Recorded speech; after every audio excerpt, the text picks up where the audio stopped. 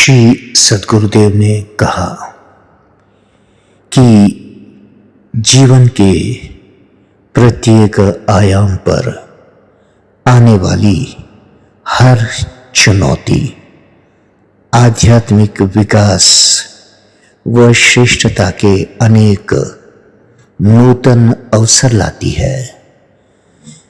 जीवन अनेक दिव्य संभावनाओं से भरा है, अतः कठिन परिस्थितियों में भी शांत, दृढ़ और संतुलित रहने का प्रयास करें। धैर्य, संयम और शुभ संकल्पना प्रतिकूलताओं के परिहार की सर्वोत्तम औषधियां हैं। प्रत्येक परिस्थिति में सकारात्मक और आशावादी रहें। प्रतिकूलताओं से विचलित न हो, अपितु चुनौतियों को अवसर में बदले। जिस प्रकार रात्रि के गहन अंधकार में ही अरुणोदय काल के संकेत छिपे होते हैं, उसी प्रकार प्रतिकूल परिस्थितियां ही अनुकूलता और जीवन सिद्धि का मार्ग प्रशस्त करती है। अतः प्रतिकूल परिस्थितियों में सहज और सकारात्मक रहें। प्रतिकूल का अर्थ होता है पक्ष में ना होना। विपरीत परिस्थितियों का सामना वही कर सकता है जिसका दृष्टिकोण सकारात्मक होता है। धैर्यवान व्यक्ति विपत्तियों से घबराता नहीं, बल्कि थोड़े समय प्रतीक्षा करता है एवं लगातार पुरुषार्थ के द्वारा सफलता प्राप्त कर लेता है। जीवन में जो कभी हार नहीं मानता, एक दिन सफलता अवश्य उसके चरण छूती है। कहते हैं कि विपत्ति आती है तो वह अन्य विपत्तियों को भी साथ लेकर आती है, लेकिन उन विपत्तियों से जो हार नहीं मानता और समतापूर्वक अपने आप को संभाले रखता है, उसको निश्चित ही सफलता मिलती है। जीवन में कितनी भी कठिन परिस्थितियों का सामना करना पड़े, बिल्कुल न घबराए। उन परिस्थितियों को चुनौती समझकर निरंतर आगे बढ़ते रहें। समस्याएं सुलझाने का प्रयास करें। धीरे धीरे परिस्थितियां अनुकूल हो जाएगी।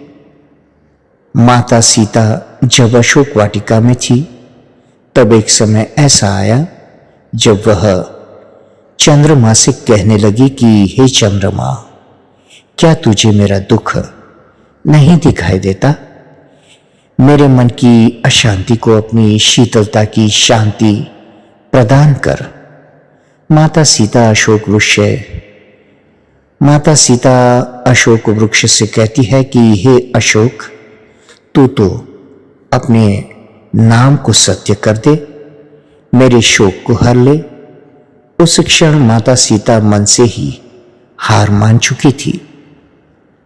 माता ने अपनी आंखों को मूंद कर कहा कि हे रघुनाथ जी, अब यह दुख मुझसे नहीं सहा जाता। और उसी क्षण श्री हनुमान जी ने माता के सन्मुख भगवान श्री राम की मुद्रिका डाल दी। वास्तविक सत्य तो यह है कि जीवन में इन विपरीत परिस्थितियों में जीने का मार्ग भीतर ही है। बस हमें शांत होकर उस मार्ग को ढूंढना है।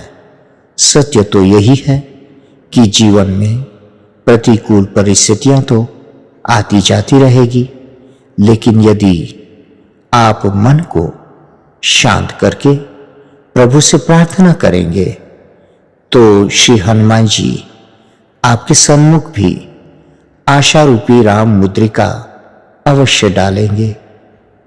हर व्यक्ति को जीवन में निराश एवं प्रतिकूल परिस्थितियों में उनका सामना करना ही पड़ता है, लेकिन सफल और सार्थक जीवन वही है जो सफलता और असफलता, अनुकूलता और प्रतिकूलता, सुख और दुख, हर्ष और विषाद के बीच संतुलन स्थापित करते हुए अपने चिंतन की धारा को सकारात्मक बनाए रखता है।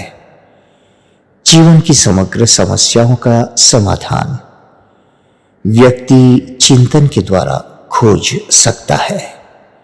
जीवन का एक बड़ा सत्य है कि प्रतिकूल परिस्थितियों में भी व्यक्ति सामान्य रूप से जीवन यापन कर सकता है।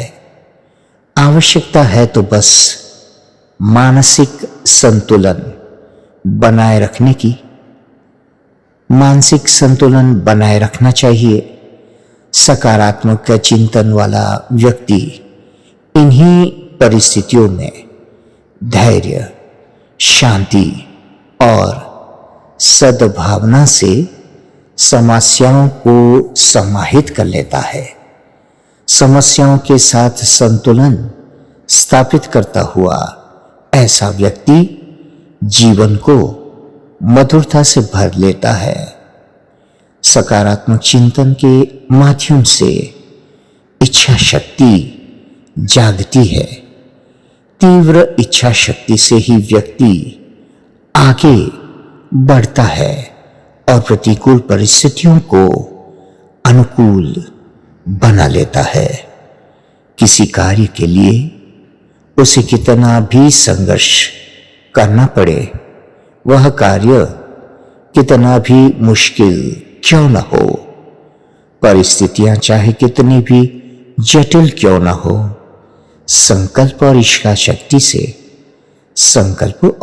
शक्ति से वह उसमें सफल हो जाता है। बार बार उन परिस्थितियों के बारे में न सोचते हुए एक आशावादी दृष्टिकोण रखने वाला व्यक्ति इन परिस्थितियों से छुटकारा पा सकता है। प्रतिकूल परिस्थितियों के बारे में सोचते रहने से समस्याओं का समाधान संभव नहीं है। जब विचारों की उलझन को कम किया जाए, नैर्विचारिकता की स्थिति विकसित की जाए, तब विचारों की निरंतरता कम होगी।